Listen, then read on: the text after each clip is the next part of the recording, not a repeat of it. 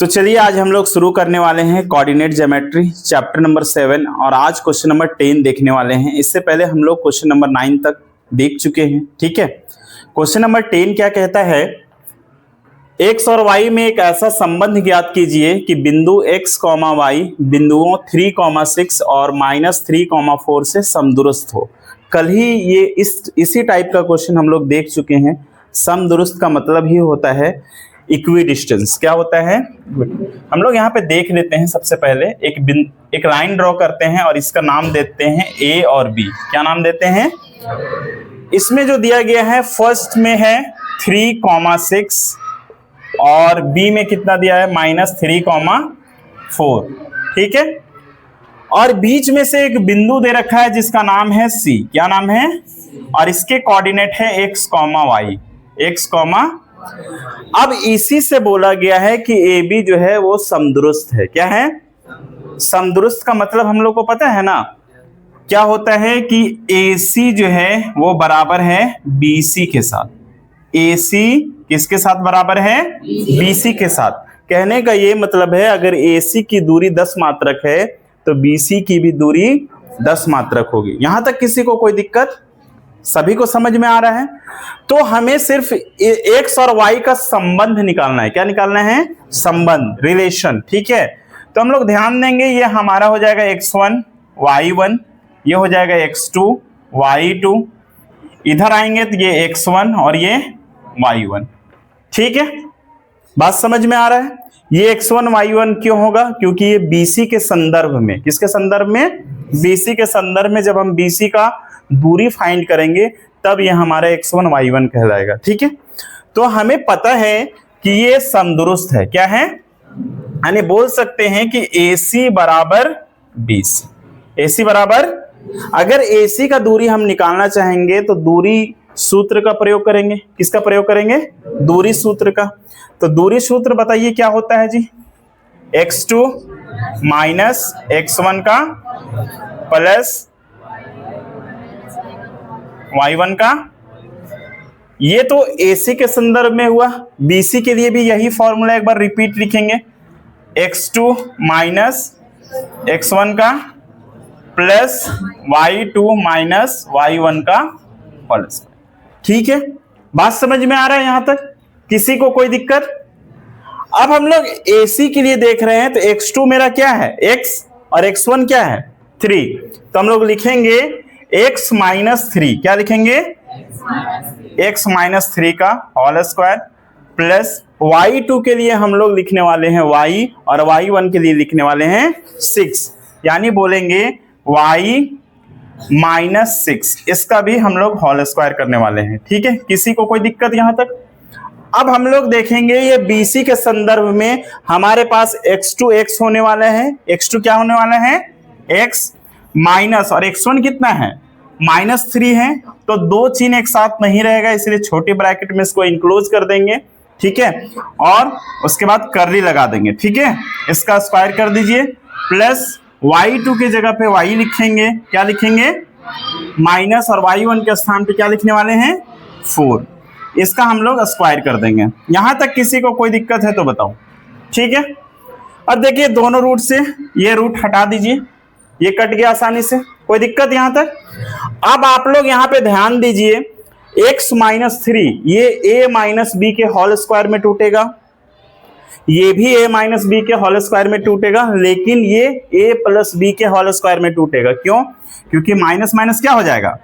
तो हो जाएगा x प्लस 3, इसका होल स्क्वायर हो जाएगा प्लस y माइनस 4। माइनस है ना जी, तो ये y माइनस 4 यानी a माइनस बी के होल स्क्वायर में टूटेगा। ठीक है, यहां तक किसी को कोई confusion?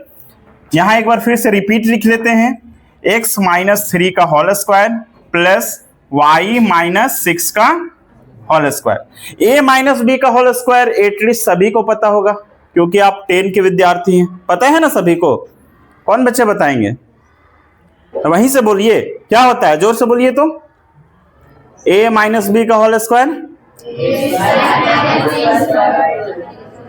a square minus 2ab plus b का स्क्वायर। सभी को पता है, वेरी गुड।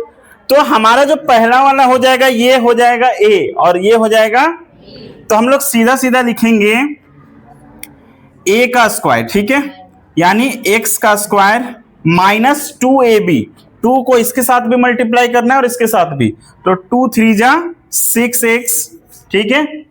उसके बाद प्लस b का स्क्वायर, प्लस देंगे, b के जगह में 3 है, 3 का स्क्वायर 9 होने वाला है। यहां तक किसी को कोई कंफ्यूजन? उसी तरह से सेम तोड़ेंगे, y का स्क्वायर माइनस 2ab, तो 6 दूना कितना हो गया 12, 12 कितना हो गया y, बात समझ में आ रहा है। उसके बाद प्लस b का स्क्वायर, b के जगह में कितना है 6 का स्क्वायर कितना होगा 36, वेरी गुड। यहां पे देखिए a प्लस b के होल स्क्वायर में हमें सिर्फ प्लस ही रहेगा, माइनस तो आएगा नहीं कहीं, तो सिंपल से लिखने वाले हैं x का स्क्वायर प्लस 6x, ठीक है, प्लस 9। यहां पे ध्यान दीजिए y का स्क्वायर माइनस 8y, 8y होगा ना, 2ab प्लस क्या हो जाएगा 16, 4 का स्क्वायर 16।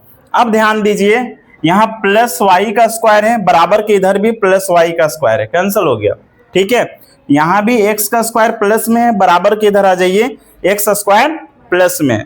अब ध्यान दीजिए यहां पे क्या है माइनस 6x, क्या है और कहीं है x, ये प्लस है, बराबर के इधर आ जाएगा तो हो जाएगा माइनस 6x, क्या हो जाएगा।